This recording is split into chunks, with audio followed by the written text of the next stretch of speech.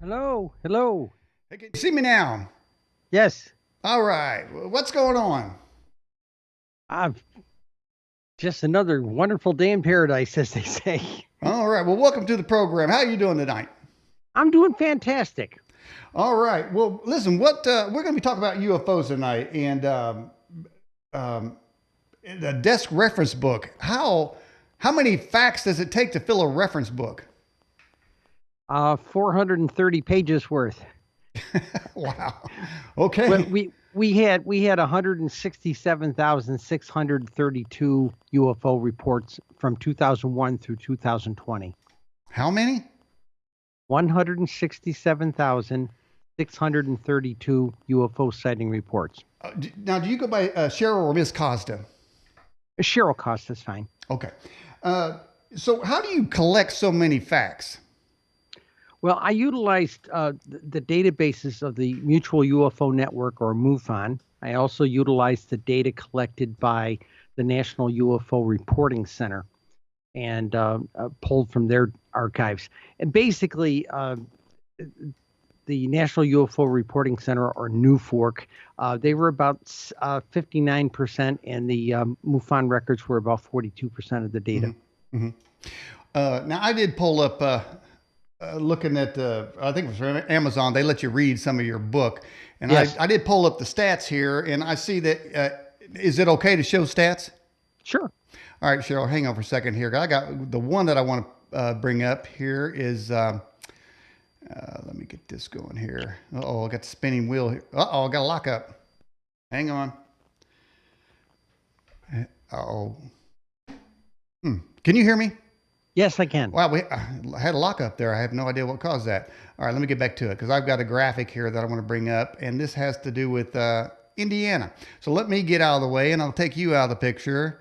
Okay. And things quit popping up on me. Here we go. All right, so Indiana is ranked 15 of 51, and so I guess that's good. I guess we don't got that many. You're in the top 20. Well, hey, hey, Cheryl, do we get an award for that? I'm just saying. I mean, it seems like we ought to get something. Of course, I think number one would be better. And let's go ahead and pull that graphic up. I think we have the number one graphic, which would be California. Yeah, well, they are a big state. They have a lot going on for them. What's interesting, are you assuming are you in Indiana? Yeah. Okay. What's really special of Indiana, if you can bring that one back? Oh, yeah, sure. Bring it back. Notice that 2008 was through the roof. Let me see here. Yeah. Yeah, I see that. So what do we got That going was on? that 2008 was a banner year for you guys. On a year where the rest of the country would have been, if you were looking at this chart and saying this is like the United States, um, 2008 should have been, about halfway in between 2007 and 2009.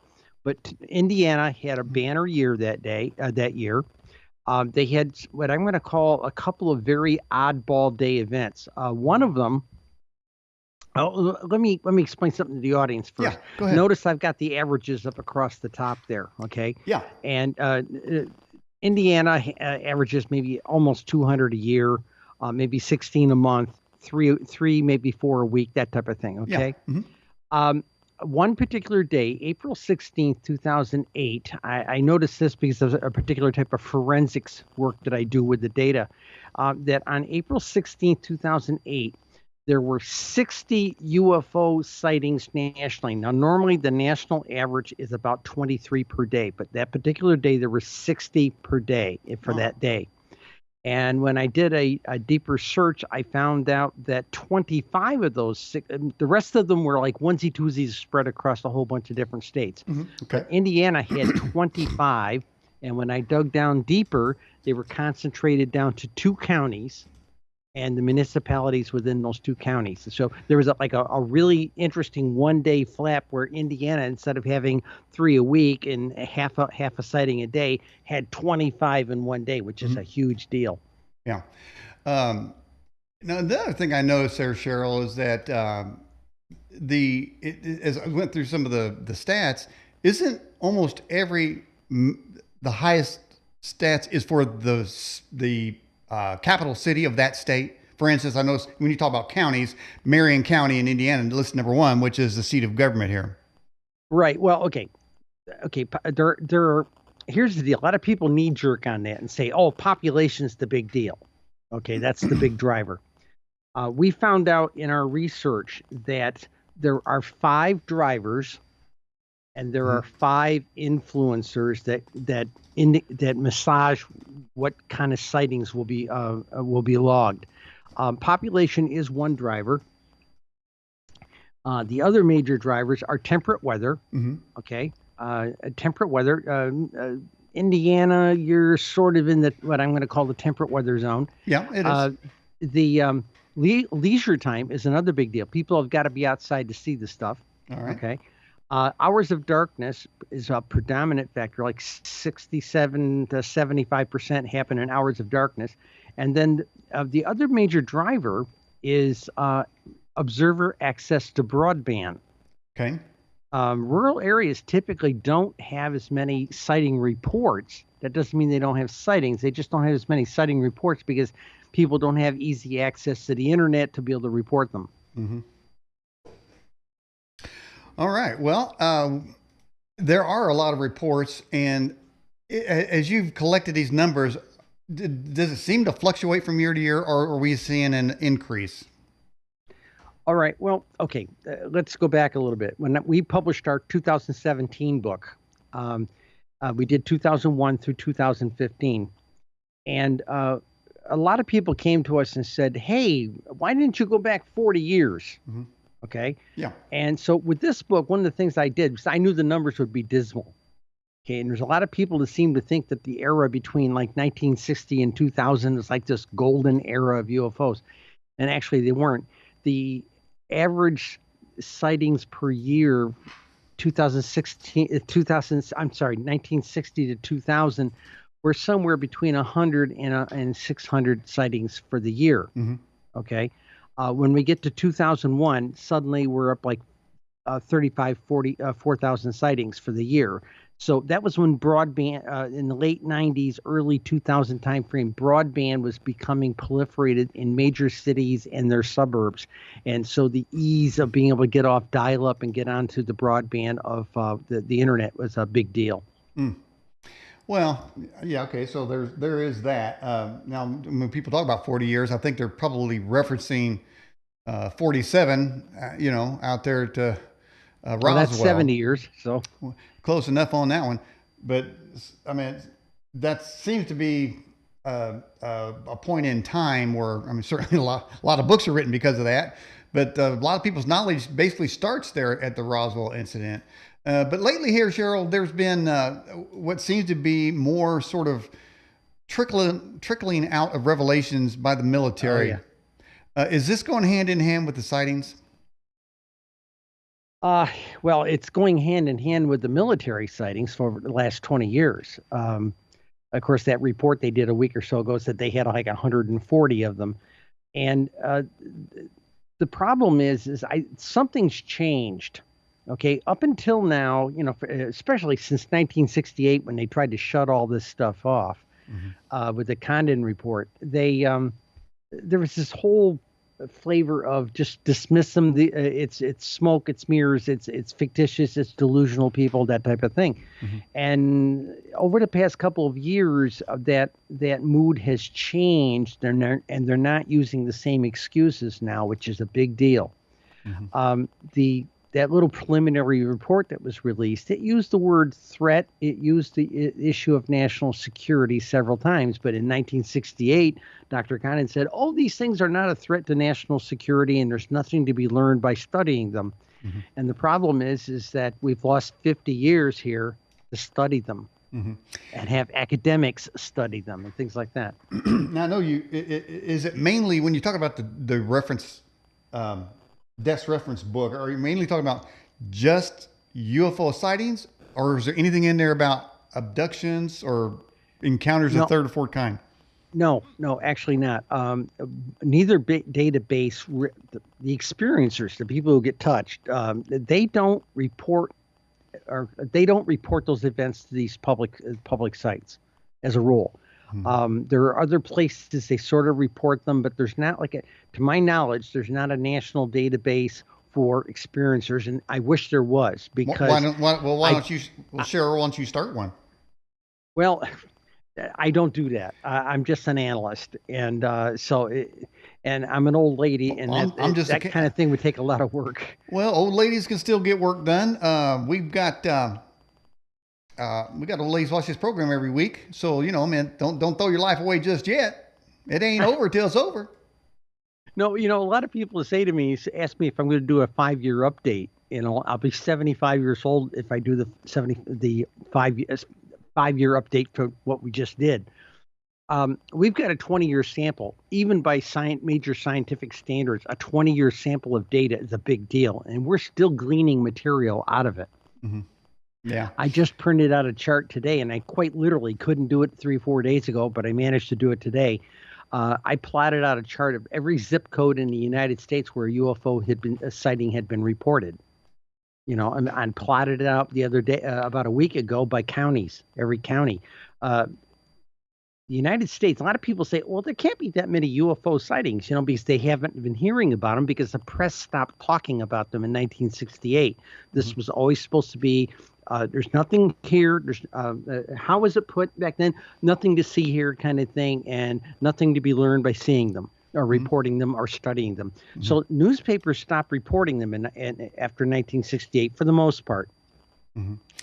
And so the bottom line on this whole deal is now they're starting to do it because they're starting to pay attention that something's going on, because the Navy's releasing footage saying these things are happening to us and we can't explain them and they're beyond our science. And that's what's got everybody's attention right now.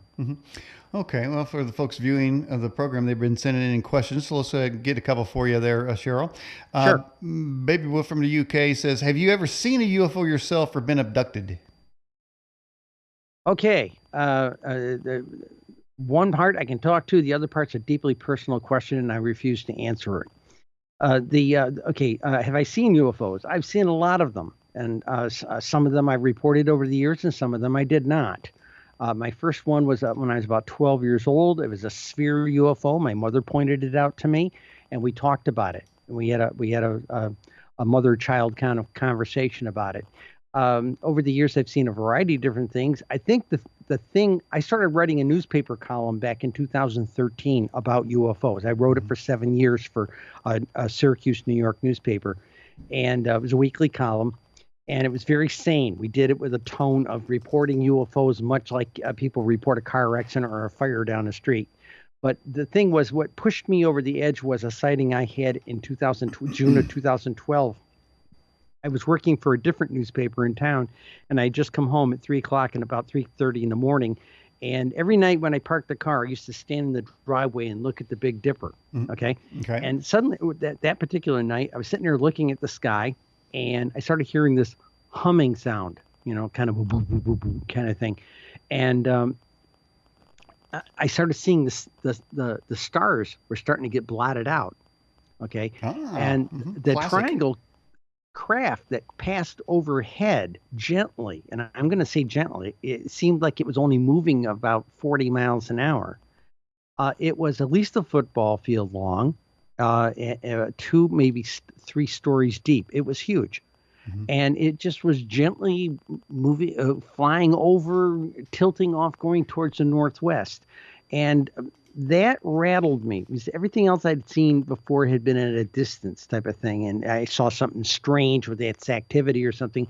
This was up close and personal. And after that, I started getting very interested in trying to get an editor someplace to let me write a newspaper column about the topic, because I was well read on it. Well, hold on now. You said that was personal, but earlier you said the abduction part is personal. So it's like we've got separation of personals. Well, okay. Now, if a person says they're an experiencer, okay, there's parts that get, what I'm going to say, very personal. Okay. You talk to experiencers. Okay. And they're very reticent to tell their experience, because a lot of people sit there and laugh at you and say, oh yeah, you're lying through your teeth. I can't prove it to you. Everything I could tell you about my experience with them, I can't prove to you. So I tend to keep it to myself. Okay. All right. We have this question for you, Cheryl. Smoke C out of the live chat says, Cheryl, are UFOs potentially the government hiding their own aircraft and using UFOs as a cover? Okay. I served in 2 military services. I served in the Air Force. I served in the Navy. I worked in a defense contractor, Lockheed Martin, for 32 years. Okay. My feeling is, based on the performance things that we're seeing with the UFOs currently, I do not believe that we have made that next generation leap in technology, and it's not government stuff. Okay. I do not believe it's our stuff, especially when the guy who used to run the ATIP program at the Pentagon, Lou Alessandro, I interviewed him 3 times as a reporter. And we talked about the performance of some of this stuff, and it's way beyond anything. The physics is way beyond anything our culture understands. Well, speaking of personal questions, I don't know if this crosses any line, but a viewer is saying, how long have you been a Buddhist nun? Are you a Buddhist nun?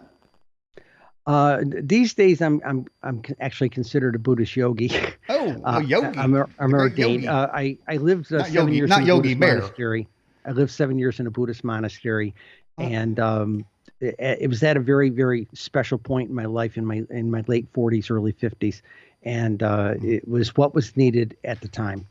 What we're all about wisdom here, breaking some wisdom news here. What give us some tidbits of Buddhist nunnery wisdom there, Cheryl? Okay, let me give it to you in the context of this whole ET thing. Okay.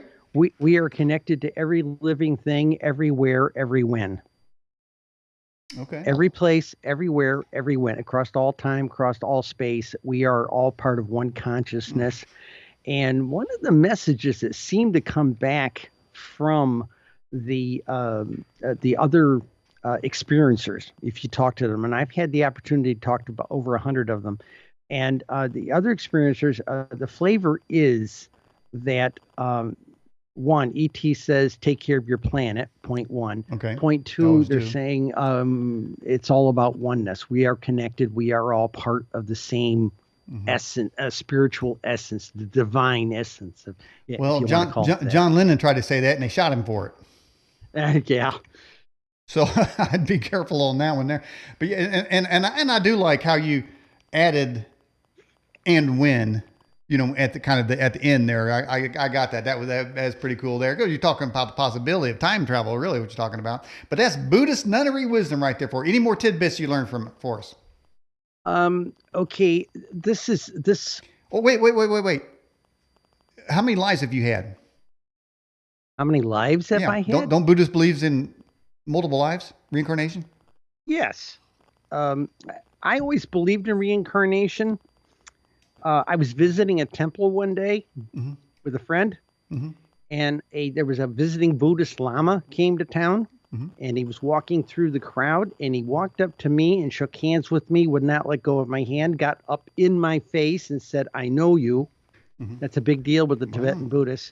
And the gal who was with me, he says, "I know you too." And he looks back at his entourage of monks that were with him and said, "These two always hang out together, lifetime after lifetime. It's nice to see you again." And that began a very interesting friendship between me and that Lama that goes on to this day. And that was over 20 years ago. So in the context of Buddhism, then, who were you before you were Cheryl Costa? I am who I am. I am the living immortal being behind this flesh of eyes. Okay, so you never were anybody previous to that. So that Oh, no. I've been many people. Well, who were you last? Millions of people over the lifetime. Well, I'm glad you know that. But who were you last time? I'm only kind of in touch with maybe a tiny percentage, a smattering, maybe 12 or 15. Do I have an inkling of? But okay, go ahead. Who are they? But it's nothing I can describe. It's not like I got an alternate history here. I don't. Okay, so I'll give you one example, though. I'll give you one example. Okay. When I was given permission to wear robes, the monk at the particular temple I was at didn't like me. And even though the local Lama had given permission for me to adopt robes, Wait. He wouldn't. When you say llama, I'm sorry, Cheryl. When you say llama, Yeah. I think of the llama running around. High yogi, high teacher. The high yogi. Okay, got it. Okay, so when he wouldn't he wouldn't issue me a set of robes. Okay, he didn't like me. So you had to walk around naked? So I went home and made a set. Okay. And good. everybody told me I made them wrong. That's good problem solving. Okay.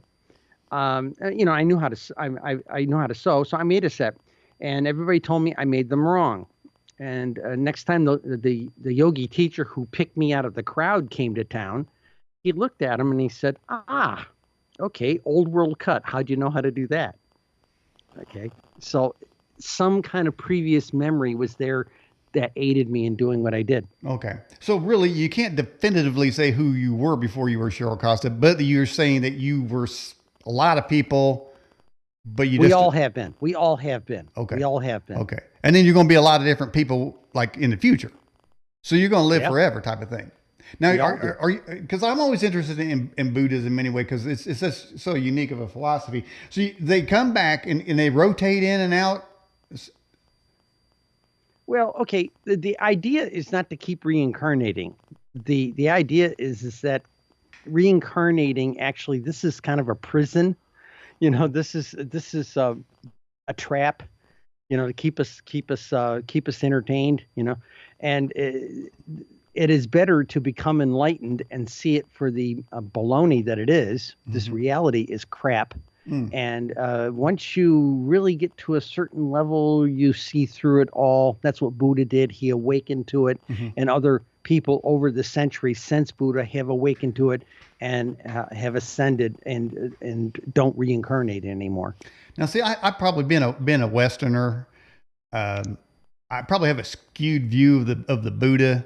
But every time I see him, I mean, if I got the right guy, he looks like a Harley driver who's been drinking his whole life because he's got that big old belly.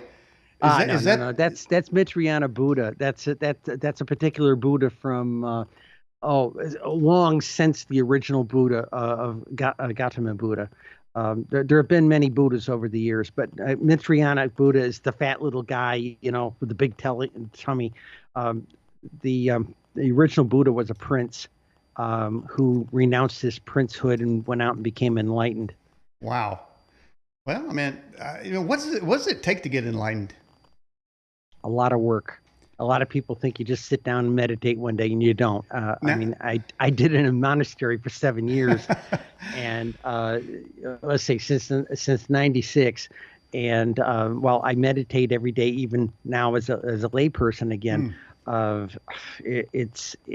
it's not something you pick up overnight. It's a skill that's acquired. You have to be patient with it, and you have to give yourself time to do it. And hopefully, over one of these lifetimes, I'll get it right, and I won't reincarnate.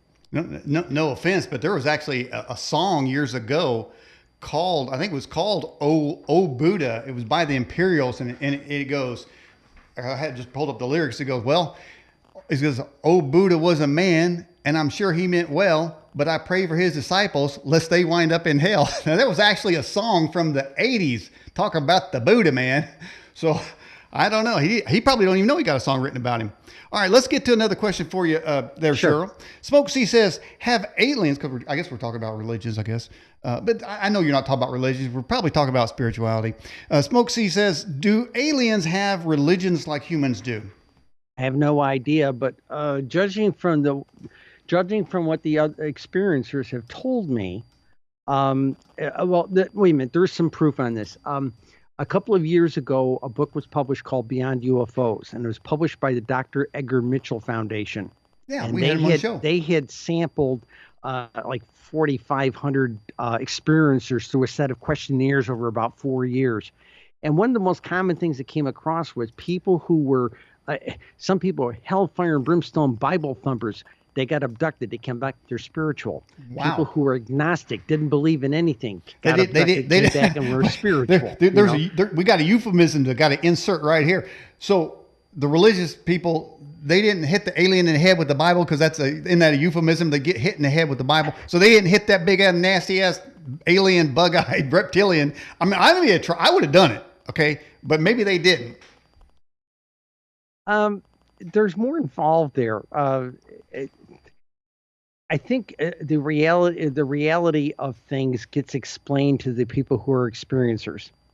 Okay, and considering the grandness of the event of being touched by the ETs, I think it makes them a little bit more pliable to the idea of what the spirituality reality is Cheryl, versus our dogma reality. Cheryl, I don't want them touching me. So they're going to be a fight. They touch cowboy. All right, we got more questions coming in, man, and people really liking the show.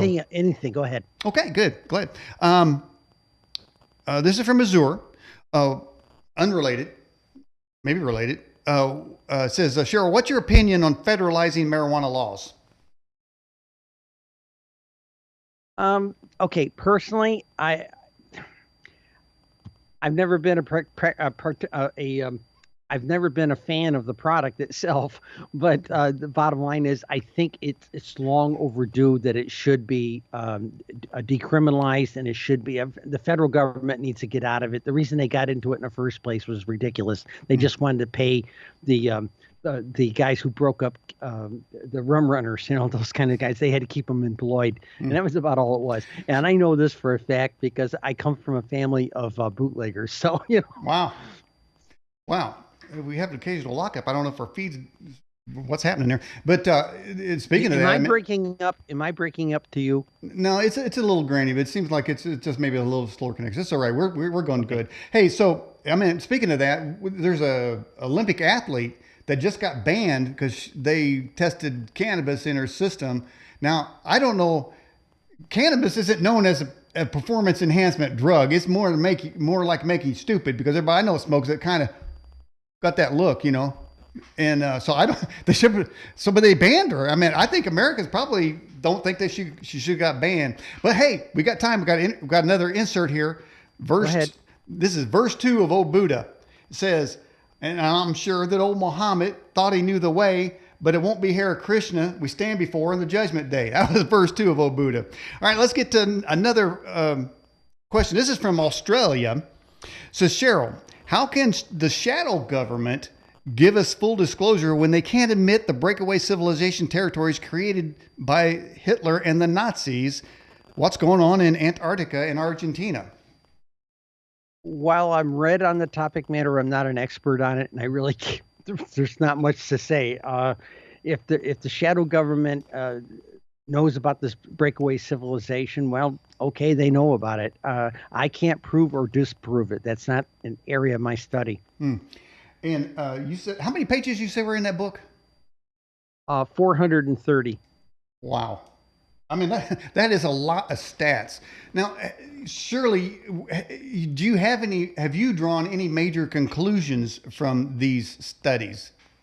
Well, the thing we set out to do, especially the first book we did in 2017, we set out to do essentially a census of UFO sightings, because everybody up until then was always doing what we call field investigations. They study one crash or one incident to death.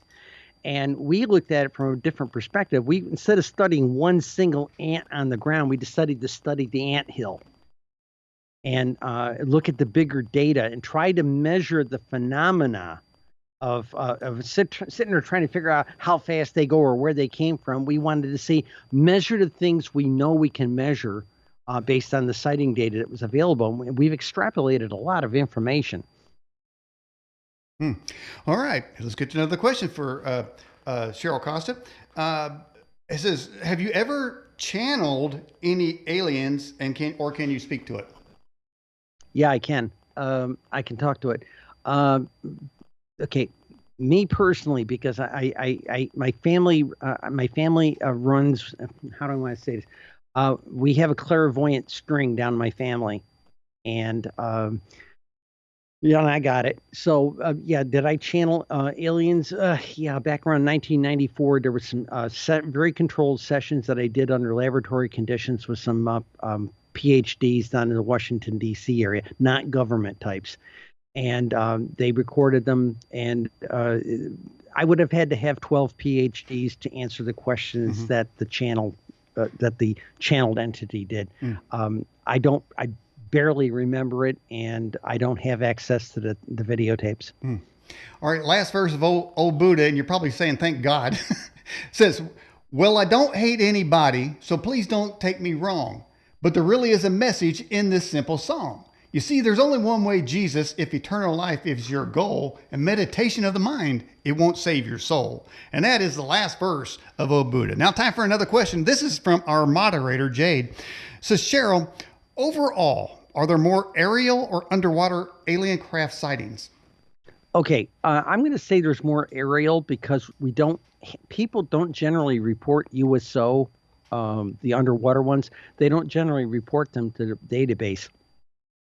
I think of all the ones all the reports I looked at, I don't think I saw more than 2 where somebody said I saw it fly into the water.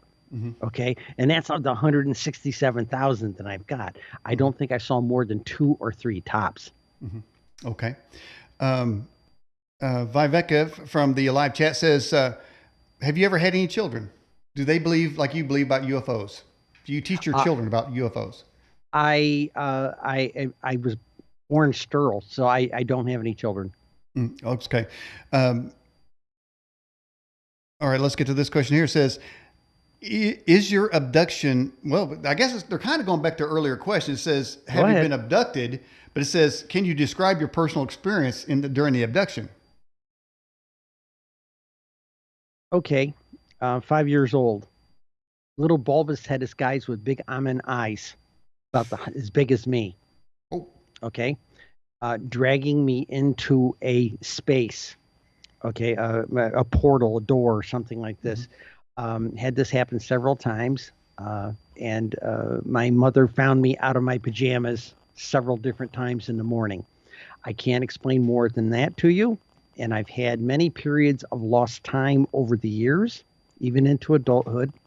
But that's as far as I can take it. I have a screen memory on all of it. I don't really remember much more than my childhood memory. And I didn't even remember that until about 5 years ago when I had been under hypnosis for something else. I am a combat veteran, so I was under hypnosis to deal with a PTSD issue. As a woman in the military, do they actually treat women different than men? Oh, God, yes. Oh, my goodness, yes. I thought they were all, all woke and everything, and they've got past the stereotypes. Well, okay. Understand. My experience was from the 1970 through 1982 time frame. Okay. So it was very different then. And women in the military were a very rare thing then. Yeah. And that's all I can say. Yeah, they treat women very differently, and you had to be on your guard because somebody was always trying to, excuse the expression, get in your pants. So sailors always trying to get in your pants. They're sailors. What do you expect? Well, I don't know, man. I've never been one. I know. No, I won't go with that one. But don't go there. Don't go there. No, I can go there. But good news. I just read that the military, their basic training, they're going to switch from you have to run so many miles. Now you have the option to walk. So I'm thinking that might be a throw out to the weaker sex. I don't know.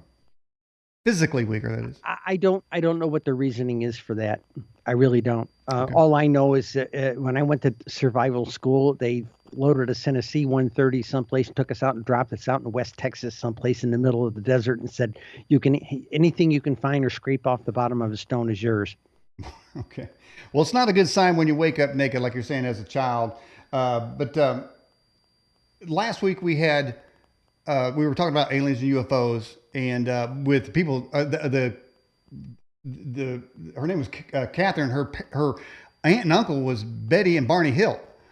And so she got a lot of credibility there. Oh, Kathleen Martin. I know her. Yeah. And so she got a lot of credibility there. And YouTube put a disclaimer on that video about UFOs. And so I'm thinking, I've done over 1,000 shows. I don't know how many UFO people have had on the program. And now it's been censored for some reason. So I clicked on it.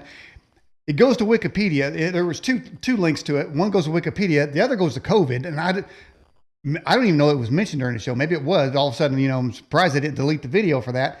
But it goes to UFOs in Wikipedia, alien abductions, and it says that it's people that have imaginations, been watching a lot of science fiction movies. They want Yeah, notoriety. I've heard about this nanny censorship, um, particularly in this topic matter. Somebody is making a judgment call and saying the people who have been touched by ET are delusional people. It's been a narrative now for 70 years, particularly in the last 50 years. Um, Let me tell you a little story. I was going to back when I was still doing newspaper work. I went to a particular convention out in Arizona, and they had a little meeting. Most everything started at the convention at about 9 o'clock in the morning, went to about 5 o'clock in the afternoon. But on their program, there was a listing for experiencers from 7 to 8:30 in the morning. It was kind of like an Alcoholics Anonymous meeting for experiencers. Okay, and of course, press wasn't welcome. And the second or third year I was there, I went to the psychologist who acted as a moderator, and I asked her, I said, look, I'll leave my credentials upstairs. I just want to come and learn. I won't out anybody. I won't report what I see other than just the generalness. And she said, okay, fine. So I went to go to this thing. And I had believed everything I'd seen at this point up on the upper cable channels. Oh, I got probed, all this stuff. And I went in there expecting to meet 25 or 30 people crying in their coffee. They got probed. I get in there, it's about 150, 175 people, and it's got all the energy of a tent revival. Okay. And the tone was much more positive than I ever dreamed. People were opening up and sharing their experiences. Okay. And a couple of common things came out of it. It was a spiritual experience, a deep spiritual experience. Two, the ET was coming back and telling them, take care of your planet. Stop wrecking your planet. And that was a common message across the thing. But everybody I met at those things, and the number of ones of them over the years that I interviewed, there's a very common experience. It may be different with whoever takes them, but there's a very common experience that they all had. They are not delusional by any means. And I think the nanny people at YouTube are overstepping their boundaries. They really are. I mean, what topic are they going to censor? I mean, come on, really? I was doing some intel on some other shows, and one show was talking about that aliens have been documented interfering with our nuclear capabilities, and that the world the world has. Now I know about the ones the kind of, there's sort of a classic one where it was going over a military base and shut the nukes down, but what was being said was that multiple times since then, the world has got close to a nuclear exchange, and each time, whatever country is that getting close. They said, I thought they said that the nuclear warhead dissolved into chalk. I mean, it's kind of interesting. All right, I can't talk to that report, but the stuff I have read through Robert Haster's material that he read, it was a smoking gun for me. If I ever had any doubts about the topic matter, his presentation in 2017 woke me up. The bottom line is they've been shutting down our missiles. They've been shutting down all kinds of stuff. And when I talked to Lou Alessandro, formerly of ATIP, he told me that the reason they hang around the fleets, they don't hang around all of our bases in the United States. They hang around where the advanced nuclear technology is. They really, really have an issue about our nuclear technology. And I think, when you think about it, while we had contact with these UFOs since biblical times, okay, Roman soldiers have written them in their logs, things like that. But did we really hear much about them until about 1947? In 1945, we exploded 3 nukes. And I think the approach was, oh my God, the primitive natives have a box of matches. I think that was their attitude. I really do. All right, we have this question from Max. It says, Cheryl, do you believe the aliens will bring the Maitreya and the risen masters when they arrive? I'm not quite sure what he's talking about. All right, Max, if you have any more clarification on that, send that through the chat channel there. All right, here's a question from Azure. It says, Cheryl, were you raised in a rural setting? If so, do rural settings have more abduction or channeling experiences? That's a funny thing. I was raised in a small town in upstate New York, but I did spend my summers on my grandparents' farm. Okay. Okay. As far as are there more abductions in rural settings? What I've learned talking to 100 of these people, somebody said, well, maybe I should live in downtown Manhattan where there's lots of people. And from what I've learned talking to people, if they've tagged you, and they seem to tag certain family lines. As a reporter, I talked to two different families that they have been touched for over 4 generations, that type of thing. But if they've tagged you, it doesn't matter if you're in the wilds of Wyoming or downtown Manhattan, they'll get you. They'll touch you. And it doesn't mean there's a big ship is going to park out front and levitate you up, like what happened to Linda Cortell in 1989. They literally levitated her out of her 10th floor apartment in Manhattan in full view of a security team for a senior member of the United Nations. The deal is if they want you, they got you. And these days, it's not even about a ship showing up. They literally had the ability to open a portal in your bedroom. So it doesn't make a bit of a difference. Yeah, well, ain't no alien going to tag the cosmic cowboy. I tell you that. Here's a question from Dale. Says, "What's your favorite ice cream?" This is a hard hitting interview on this part right here. Oh, well, the one I had today, I'm not supposed to have ice cream, but the one I had today was a twist of vanilla and raspberry. Now, Dale, you didn't think I'd ask that question, did you? All right. Okay. This is a question I think it has to do with the military. It says, do you feel that women should have their basic standards lowered to join an infantry or specialized ground combat unit? No, I don't. But I think it should be moderated so to the point where a person who is capable, not make it so exceedingly beyond a person's physical ability. Okay. We tend to think that the person on the ground has to be a big, mean guerrilla fighting machine kind of thing. And different people bring different skills, and just a person with a slighter build can bring different skills to the combat situation. I always picture a Marine. I don't know if they're that way now, but like a big square jaw, crop top. Yeah, but what's funny? I've met some women who could hold their own with some of those guys. But remember, I was in the Air Force. I was in the Navy. It was a different kind of situation for me. Okay, so we have your cover in the background. I think you can see it. Now, that is obviously a hand drawing rendering. Why did you go with that drawing right there on that cover of the book? Okay. There was an aesthetic issue there. When we were doing the first book, this is our sort of our trademark. Actually, because we're doing statistical work, we're always working in the past. Okay. And one of the classic pictures, I sat down with a bunch of classic pictures, and I took them to an artist friend of mine and said, I'm not looking for a nice, slick piece of commercial art. I'm looking for something somebody took a Sharpie and sketched on a pizza box or sketched on a napkin or something like that because they're being interviewed about their sighting. And this is what Susan Schneider rendered for me. And she gave me a pencil version of it first, and we had like 4 different versions, and we wanted this sort of classic one. In fact, this one right here actually is very similar to the one that was described by by Betty and Barney Hill with the row of windows around it and that type of thing. So we went with this classic look. Well, success on that, because you made it look like it's like it was drawn on a napkin, and really that's how most people draw when they ask you what it looked like, and they get a piece of paper and they draw it. I've had people literally draw them on in interviews, draw them on napkins, the side of pizza boxes, you name it. It's always very informal. Okay. Gio says, Cheryl, are aliens generally benevolent or malevolent, or both, in your opinion? All the people I've talked to, they're very benevolent.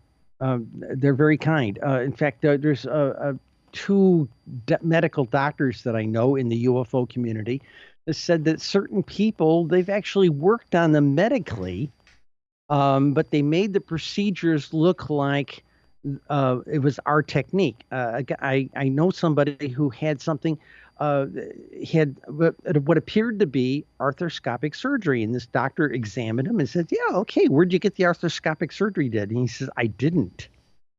But that's the kind of surgery that he had. And there's been a number of people documented that have had what I'm going to call out of this world health care. And the joke with some of my experiencer friends is if they're going to abduct us, why can't they give us free dental? You know, but that's just a joke. Mm. Well, boom. That's a good joke. Yes, I just said that. Yes. By the way, I see one of our viewers in the live chat, Granny from Florida, says, my deceased hubby was a sub sailor and retired in 1967. No females were allowed into subs in those days, Cheryl. Yeah, and I wasn't always a girl. All right, let's get to another question for you. From Rose, Cheryl, have you seen reptilians or gray aliens? I believe I've seen both. I have not personally met a reptilian, but I've met people who have. And I've seen their journal books with sketches in them. Mm-hmm. What's really funny is if you go out on the internet and you Google reptilian aliens, and you always get these muscular, mean-looking guys that look like something out of a Klingon warship or something, right? Yeah. Mm-hmm. And the people who have met them up close and personal, the drawings and sketches are very gentle beings, very enlightened, very smart, very spiritual, just humanoid, a humanoid version of a dragon or lizard. All righty then. Let's get to this question here. Can aliens and have aliens interbred with humans? If so, I'll skip the second part. So have aliens in it was a little political there. I don't know. So have aliens interbred with humans? I have no way to confirm or deny that. I really don't. The only thing is there seems, if you watch Ancient Aliens, there seems to be evidence that our DNA may have been manipulated a long time ago, perhaps. Mm-hmm. Are they still doing biological experiments with eggs they've captured and things like that? Maybe. I don't know. Mm-hmm. Are there hybrids running around on our streets? I don't know. Mm-hmm. Okay. All right. This question here says, Cheryl, did the aliens assist you in becoming a woman? No. All right. Let's go to another question. Are the alien abductors coming in peace? They would say that we come in peace, but I think it's kind of an Indian thing, isn't it? Again, here's the thing. People are always saying to me, and I'm going to take it this way. Are they going to invade us? Are they going to eat us? They could have done that a long time ago. Yeah, you would think so. Okay. And people say, well, what if they're going to have a war with us? And I said, yeah. And what do you expect? It's going to be Marines out there with laser rifles shooting at the aliens like some of these movies show? Mm-hmm. No, baby. It's going to be over in 90 seconds. Mm-hmm. If they've got the technology to get here and have been doing it like that since biblical times, then they're way beyond anything we've got, and I don't think we would stand a chance. There was a battle over the city of Nuremberg in 1561, April 14, 1561, and apparently somebody is shepherding us, watching out for us, because somebody wanted to invade us, and there was somebody up there protecting us. And this has happened a number of times over the years. Well, I've had people that really don't believe in God have prayed to the aliens to come down and help them one way or another, or come and help them on their side. Anyway, there's a lot of ancient artwork that clearly depict UFOs. Yeah. Oh, yeah. The oldest known one we've got on the planet is 40,000 years old. It's in it's carved on a rock on an island deep in China. And it depicts, and I got this out of the Air Force Academy Physics 370 manual that was available back in the late 60s. They took it out of circulation, but it showed somebody that had kind of like what looked like breathing apparatus, kind of like a big hose type of thing. But that's what the depiction on this thing was, and the description of these beings in some ancient dialect. Um, you know, they've been with us a long time. Yeah, I know we have a flood of questions. I don't think the show has enough time for all of them, but it's great to see all the questions come in. Here's a question sort of on the religious end of it. We've kind of discussed it a little bit. It says, Cheryl, have you ever called upon the power of Jesus? I was raised a good Catholic boy, and yes, I did back in those days. Absolutely. Okay. Have you since denied him? No, I never denied him. Okay. I was led. My spiritual growth was led in a different direction. Okay. All right. I'm probably one of the most spiritual people you'll meet. A lot of people think, well, you left your Catholic roots. Well, I saw the Catholic Church for the crap that it was, and I went elsewhere. I do understand that. No, and I agree. I am certainly not a papist. Okay. And I appreciate the spiritual part because we always, that's part of this show really is the spiritual part. I don't think a lot of shows like mine kind of leave that out. Let's get to another question. It says, have you seen the giant Buddha on McGregor Boulevard in Fort Myers, Florida?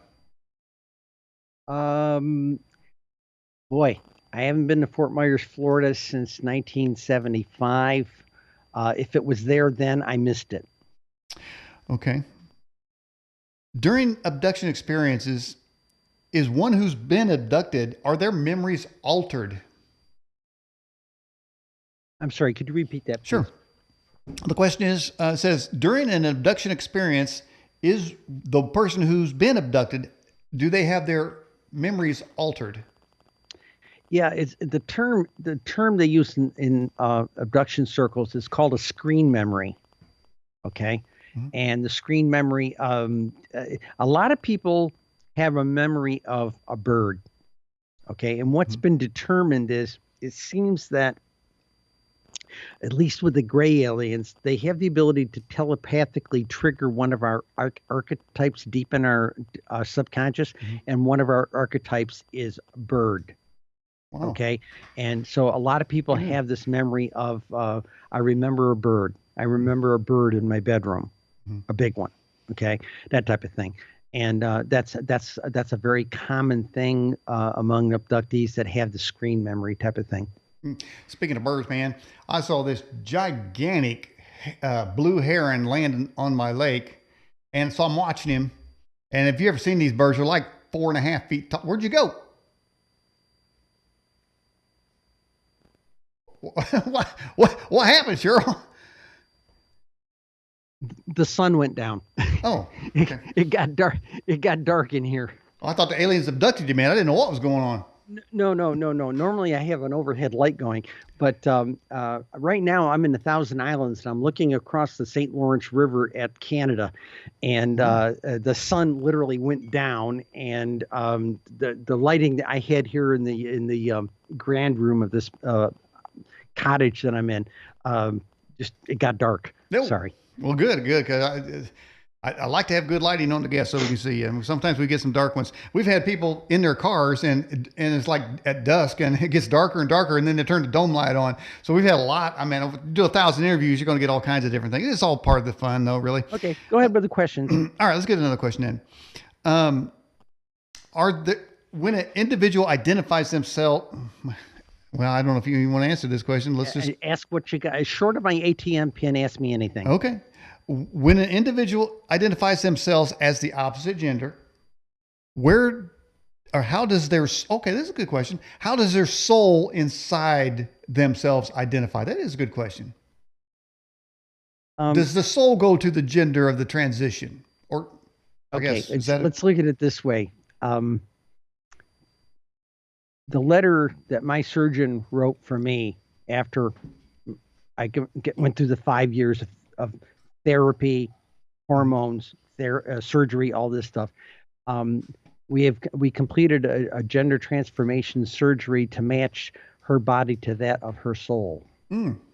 Okay. The idea is that the person doesn't just say one day, "Hey, I think I'll be a girl," or "I think I'll be a boy." From your earliest consciousness, I knew 4 or 5 years old, something wasn't right. Okay. And you hear this consistently from trans persons. Mm-hmm. So the time you started figuring it out was when you were waking up naked? No, no. Is that a different time? Well, no, it's about the same time. But the thing is that's what makes this muddy and complicated. The transgender journey was something that I ran from for 35 years, and I hit a concrete wall, and it was that or blow my brains out. You know, I had to be I had to be what I was, and I couldn't worry about whether or not my family would disown me or whatever. And that all came to pass. My family disowned me, and that type of thing. And I just had to get past that. I could either be dead in the ground with the worms, or I could be dead to them. And I chose to be dead to them. Well, you don't have to be transgender to get disowned. I got some people in my family disown me, so I mean, probably not to the depth of where it's the same effect no matter whether they do it for your politics or whatever. Right. It's the same effect. Right. You just get isolated, and you develop extended family. You know, I have tons of extended family, and a lot of people who call me Aunt Cheryl. Well, there you go. I got an extended family, and they're all watching in the live chat right now. These guys in the live chat, man, they just. Hey, everybody in the live chat, say hello, Cheryl. They just love the show, and they just back me up. When it don't matter if I screw up, they're still behind me, and it's great to have people that cover for you like that. But so you said you're a spiritual person. Then, are you suggesting that God made a mistake with your gender? Oh no, God doesn't make mistakes. This was the journey that was intended for me. Mm-hmm. That's all I can tell you. Okay. And the journey has made me a deeper spiritual person. In fact, when I finally came to grips with the whole ET thing, it has made me an even deeper spiritual person. Mm-hmm. And I resolved some of this when I lived in the monastery. Me and some of the senior teachers had long private talks about this stuff. And I was not the first person to come along and tell them the things that I had been experienced to. Mm-hmm. So, well, here's no big deal. This is probably no shock to you, but God loves you no matter what gender you claim. Yep. And that's the kind of love. I have great respect and love for Jesus. Yeah. So, and that's the kind of unconditional love that we need to have for each other, is one that He demonstrates towards us. I think the Bible says if it weren't for the grace of God, we'd all be destroyed, Cheryl. So, you know, it's no judgment coming here. You are on a path. If it wasn't for that, for the great God consciousness, whatever you want to call it, if it wasn't for the great love and the strength that it gave me, I wouldn't have been able to get through my military years. I wouldn't have been able to get through my corporate years. I wouldn't be able to get through this gender change. I wouldn't have been able to get through being disowned. You know, it takes a certain spiritual strength, and I draw on that spiritual strength. I am certainly not an atheist by any measure. So if the Holy Spirit said, Cheryl, and the way I understand Him, he talks very gently to you, a still small voice. It's a whisper. If that whisper comes to you, you have to quiet. You have to go into meditation and quiet yourself to hear it. Right, and it doesn't come as judgment. And it doesn't come as hate, it comes as pure love. But what if that voice said, Cheryl, you made a mistake? Would you? If the voice said it made a mistake, I would probably change course. But the thing is, the voice did not say that I made a mistake. Not yet. But you never know. I mean, you may be permanent. I mean, I'm not. I don't know where you are. I'm just saying there are different experiences for different people. And different people have different. When we were in Catholic school, one of the things they used to tell us: different people have different crosses to bear. Mm-hmm. Okay, and different spiritual journeys to be on. And this is my spiritual journey. I try to lead a very ethical life. I just don't currently practice what a lot of other people practice. Okay. All right. And, in this world here, I'm working to build bridges. All right. So let's get on with another question. And I don't know, I guess we're kind of going down this road a little bit and you don't seem to mind, but it says, do you feel that same-sex marriages is blessed by the alien entities? I never gave that a thought. I'm in a same-sex marriage. When you consider the fact that the people, the off-worlders seem to be, I don't like using the term alien. The off-worlders tend to be very, very spiritually oriented and see us all as one we're all part of the great God consciousness, if you want to look at it that way. Mm-hmm. Okay, we're all sparks of God. Okay, God doesn't create any crap. Okay, we're all sparks of the same great consciousness, just trying to find our way back to the source. And the aliens don't seem to care whether or not you're married to boys or married to girls. It doesn't matter. They want you to be, one being wants to be happy with another compatible being, and that's the way we look at it in this household. Yeah, I mean, of course, there are opposing views. One person wrote in there, "Pick up your cross" means literally to die to yourself. That is what you want yourself, or we want as humans. We obviously want various things. I mean, you got the Ten Commandments, thou shalt not murder, thou shalt not lust, thou shalt not covet thy neighbor's wife or the household. Those are kind of human traits. There does seem to be, and it seems that even to Buddhism calls for denial of one's impulses and desires. Isn't that true? Yes. So, but Yes. aren't you Believe literally me, giving in to those when I was desires? a Buddhist nun, I had some very, very strict vows I had to live by. Okay, and as a yogi, I have a different set. It's different, but I got enough vows to choke a horse. So I have to really, really live a very straight and narrow life. And here's the one trick, Here was a trick. My spouse, I had been out of robes, okay, and my yogi teacher had given me permission to leave monastic life. I still carry those vows, and when Linda and I met, the problem was I had to kind of keep her away with a 10-foot pole because I had to have permission to be married. I as a yogi, I could be married, but I had to have permission. And I went to the Lama wanted to meet her. Well, it turns out she's a Zen Buddhist, and she was actually probably better read and better qualified than I was. Mm-hmm. So the bottom line was the rule for yogis was you had to have an equally qualified partner, and she was. And we have some fantastic Buddhism arguments in this household, believe me. Well, I was going to say, if Buddhism, and I know it's about self-denial, and some deny marriage, some deny food, certainly their fleshly impulses, but isn't the desire to become a woman just giving in to the fleshly impulse? No, because even Buddha put in the Vinaya that a monastic could change gender up to 3 times in one lifetime. I think Jesus said a man needs to deny himself, pick up his cross, and follow me. Again, there is some denial that is holding the self in check for its desires to become at a greater spiritual level. You want a Buddhist view? You want a Buddhist view? Yeah, sure. All of this is baloney. What you look like, what I look like, deep down, we're all that piece of God spark. And all of this, all the rules society puts on us, all the human rules, all of it is baloney. This is a trumped up game, and it's all baloney. Okay, let's get to another question then, because we've got a bunch of those still in the queue. How come the concept of aliens only came into existence after fiction books were published? No. Okay, maybe in that context, but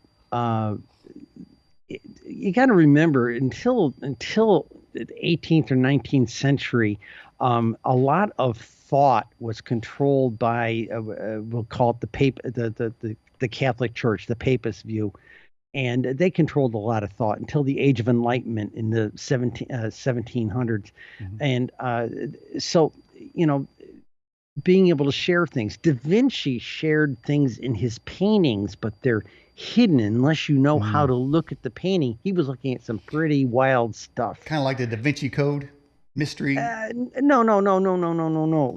He hid things in his paintings, and in programs like Ancient Aliens have delved into this, where there is art that shows that there's some pretty wild stuff that has been experienced, but we really probably only had a lot of visitors here since 1947 because the nukes attracted them. See, a lot of people think that our nukes just blew up a lot of desert someplace, okay, Right. or we, two Japanese cities, whatever. But people don't. Our human culture doesn't think in terms of subdimensional relationships, and physics people are only now understanding this stuff. We set off a nuke here. We have no idea the damage it does to other places, other times, other winds, other spaces, other dimensions, as they say. Uh, Many ufologists have said that there appears to be a non-interference pact similar to the one in Star Trek, but yet we've already discussed, Cheryl, that they've obviously interfered with our nukes. They're pissed off because of the way the humans are treating the planet. It seems like they're going to get mad about that. That may call for some kind of alien interference. So it seems to me, and then we got Something's the alien changed.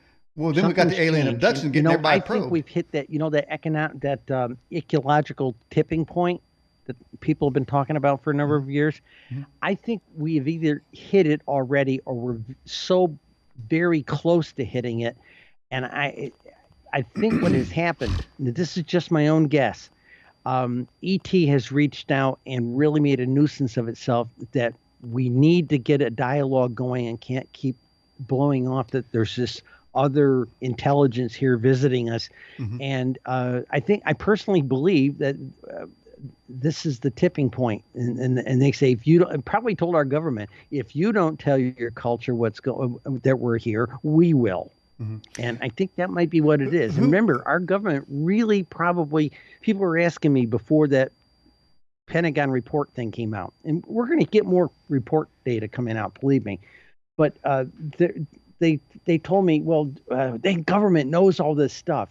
To be honest with you, I lived in D.C. for 30 years. And to be honest with you, I don't think the government knows as much as we think they know. Because the government is pretty inept, if you ask me. But that's just my personal opinion. In there, we are in complete agreement, Cheryl. The left hand doesn't know what the right hand is doing. But let's just go a little further with this train of thought. Eventually, like you said, we need a dialogue. Who in this world would qualify to do that? Well, to start with, politicians would be useless. To be honest with you, there's a movement among the experiencer community, and there's millions of them. There's a movement. So do you think it'd be somebody to be citizen ambassadors? Okay, so you'd like to see somebody other than a government official or a United Nations guy, right? You'd want Joe Alien Chaser from Manhattan to... Not necessarily. Not necessarily. There are people. There are learned people in our culture who are aware of what is going on.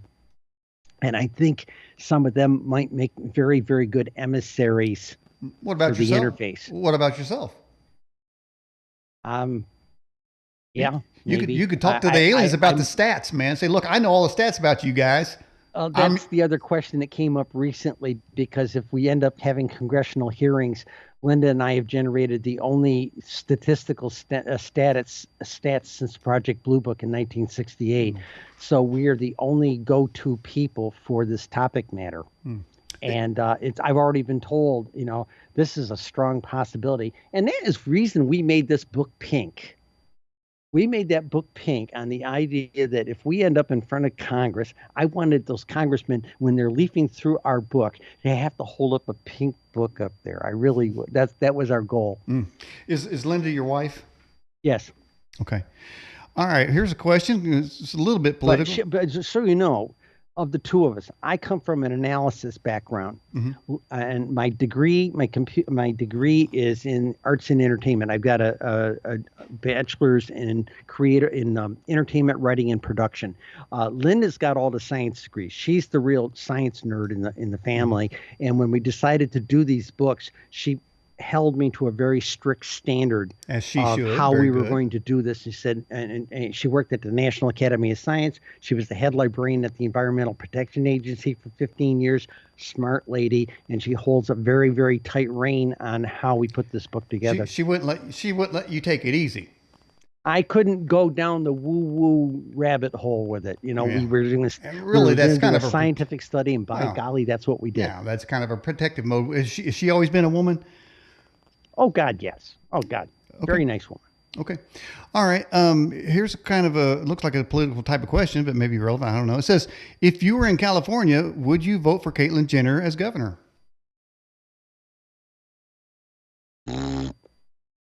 Okay. That's one vote. Okay. I think that's a vote down for Caitlyn. I don't care. Okay. I don't care for Caitlyn Jenner, point one. And I have about 4 axes to grind with Caitlyn Jenner, and but that's personal. Okay. Yeah. Don't know her personally, but I knew about her situation in 1994. You know, because of I used to be on the board of the International Foundation for Gender Education. I was one of the founders back in the 80s. And in fact, the term transgender, I was one of the 11 people who coined that term. And so when I hear about Caitlyn Jenner coming out and all this other stuff, you know, hey, we knew about her. She reached out to us back in 1994. And so I don't respect what she's doing. Sounds like you know something sinister about her transition that the rest of us are not privy to. Give us the good, Cheryl. Come on, man. She could have done it a long time ago, and she should have done it a long time ago. Before the Wheaties box? Yeah. Okay. But she was trying to protect her career as the Olympic star and all this kind of stuff, you know. And I think the only reason she found it, sooner or later, if this is driving you, sooner or later, you got to come to grips with it. And she found it caught up with her. So, but as far as running for politics out there, I wouldn't vote for her. Okay. Aside from politics, though, do you support her transition? Yeah. Yeah. And anybody who has the need to transition, fine, I support them. I didn't like her television program, and I don't like her politics. You know. She got a television program? I didn't know. She had one when she first came out about 4 or 5 years ago. It was asinine, excuse the expression. Now, you said you had surgery. Did Caitlyn Jenner have surgery? Yes. Ooh. Extensive surgery. All right. Let's get to another question here. We're getting sort of toward it. We got about another 10, 15 minutes at the most. Okay. It says, do aliens have the ability to get involved in our ascension process? Okay. This is the Buddhist yogi talking. Okay. We are responsible for our own, I'm going to use a Christian term, salvation. We are responsible for our own ascension. We can be guided by other people. We can be guided by other teachings. Okay. But we are responsible for our own. Nobody is going to save us. We have to embrace the teachings. We have to embrace what's right. And we are responsible for getting there. Okay. And if Jesus, you know, would say, you know, through me, okay, a Lama will tell you that I will show you the way, but you have to walk across the bridge. You have to do the work. And spiritual ascension is about a lot of internal work and unloading all the crap we've carried from lifetime after lifetime after lifetime. Well, I can tell you what, I think most people in the live chat would agree that we're all carrying crap that we're all trying to get rid of. Hey, is this a sign of ascension? Is this a symbol of ascension? No, that's Spock. That's Spock on Star Trek. Live long and prosper. Okay, I thought it had something to do with Buddha. All right. In your opinion, Cheryl, did the aliens build the pyramids? I believe there was an ancient culture very advanced here, and what we were seeing in Egypt during the height of Egypt, what we know to be the height of Egypt, was actually a culture in decline. I think there's a lot of evidence to suggest that something very bad happened here. A comet hit us or something like that about 10 or 12,000 years ago and sort of reset human culture. And they're starting to find skeletons that suggest that modern humans existed 100,000 years ago.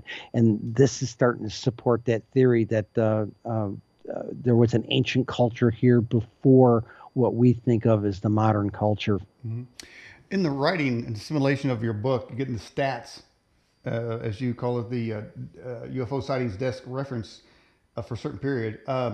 Did any trend pop out at you? Yeah, a bunch of them. And the key thing was, and I've rattled a lot of people in the what I'm going to call the research aspect of UFOs with this. First thing, the fact that the hourly pattern was something nobody expected, especially the skeptics always were trying to tell us that UFO sightings were just a lot of random noise, and this stuff was just predictable. You could set your clock by it. The other thing that we noticed was that the 33, 34 known UFO shapes, some of them have seasons.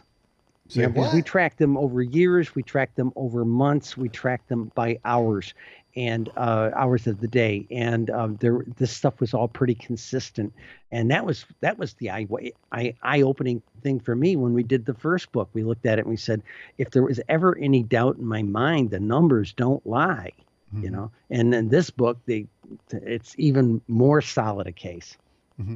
Somebody suggested that we should not confuse aliens with spiritual beings. What do you say to that? Are they spiritual beings?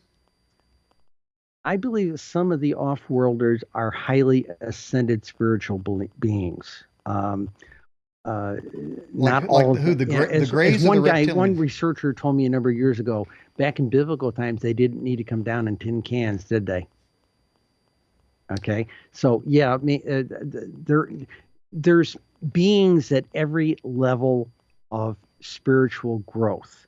Okay, there's some people out there who've got a lot of high technology, but they might be just as messed up What as would we a are. highly advanced spiritual being doing driving around in a metallic spacecraft?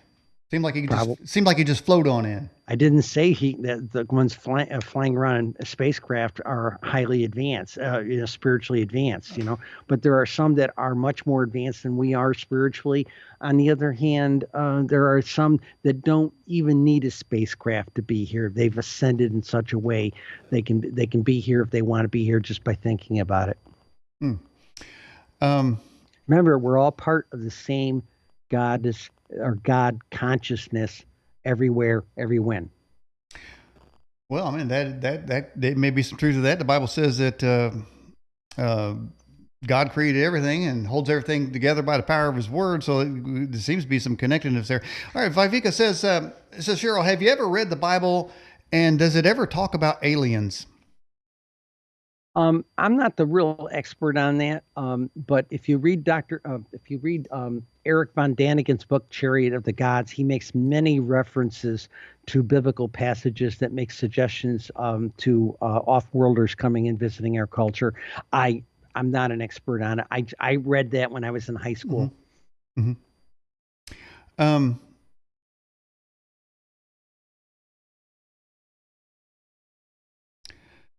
All right. How come the concept of aliens? Oh, we already had. Let's get this one here quick earlier. Okay. I'm sorry, that was a repeat question came in. If you're not channeling the Holy Spirit, what spirit are you channeling?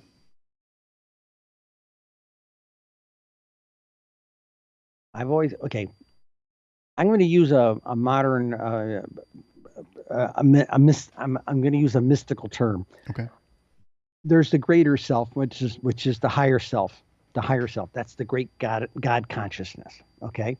There's the talking self. That's us. That's the God energy incarnate. Okay. And then that little spark that's inside of us, that is that God consciousness that permeates time and space and all that stuff. That part that whispers to us is, if you want to, in Christian Judeo terms, is the Holy Spirit. And in mystical terms, we look at it as the younger self. And to really be in touch with like the ascension kind of stuff, you have to quiet your talking chatter mind, Western chatter mind, and listen to the whisper in your younger self. And that's what people who do deep meditation do. They quiet themselves till they can connect with all that is. All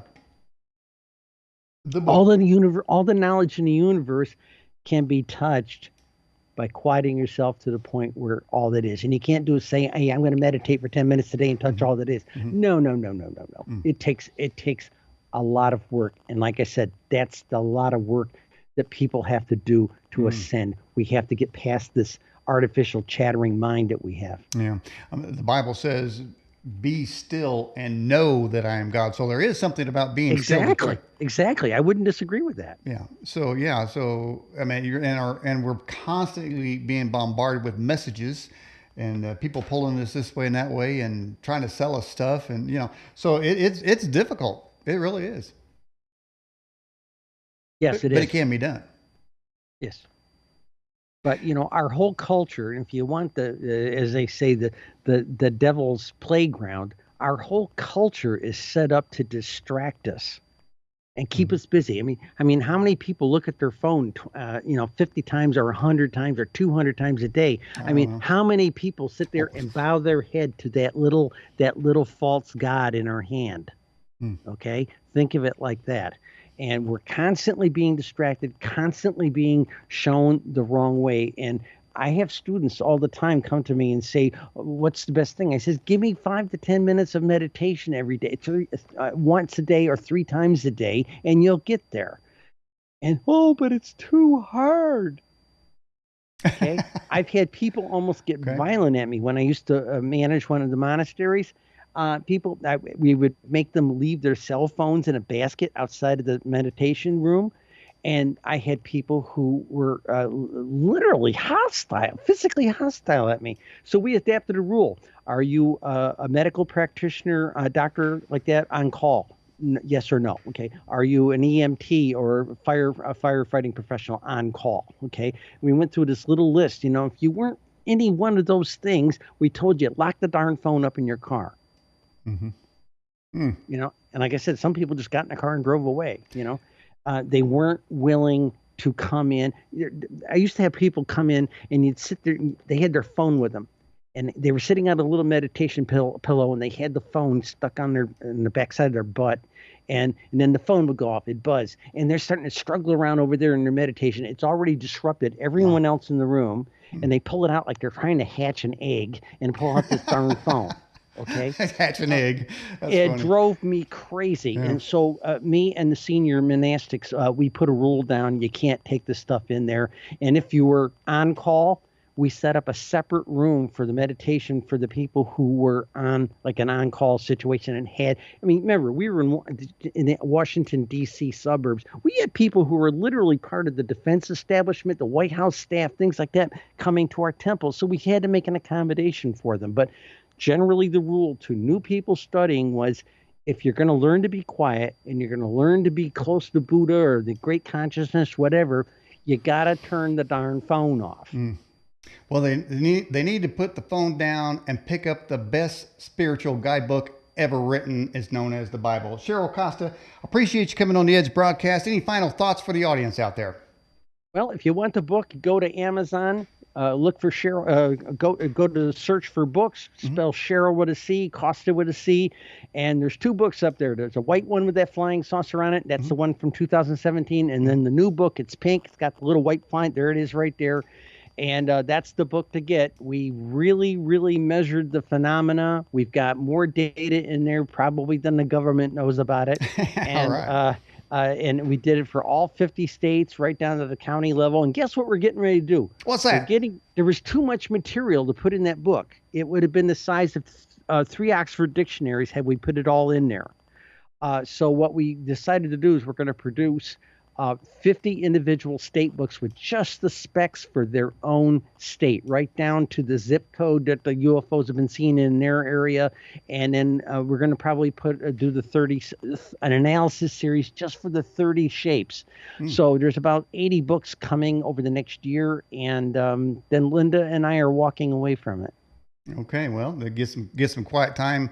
I see a quick note. Hey, we're a couple of old ladies. We got AARP cards, drawing pensions, drawing Social Security. We're going to walk away from it after we produce these books. Just a couple of old ladies walking down the road. Yep. Here's a quick one for you. This is from Joe. He says, "Thank you, Cheryl. May our Creator bless you and show Himself to you. Amen." Cheryl Costa, I appreciate you coming on the show tonight. My pleasure. All right. Good evening.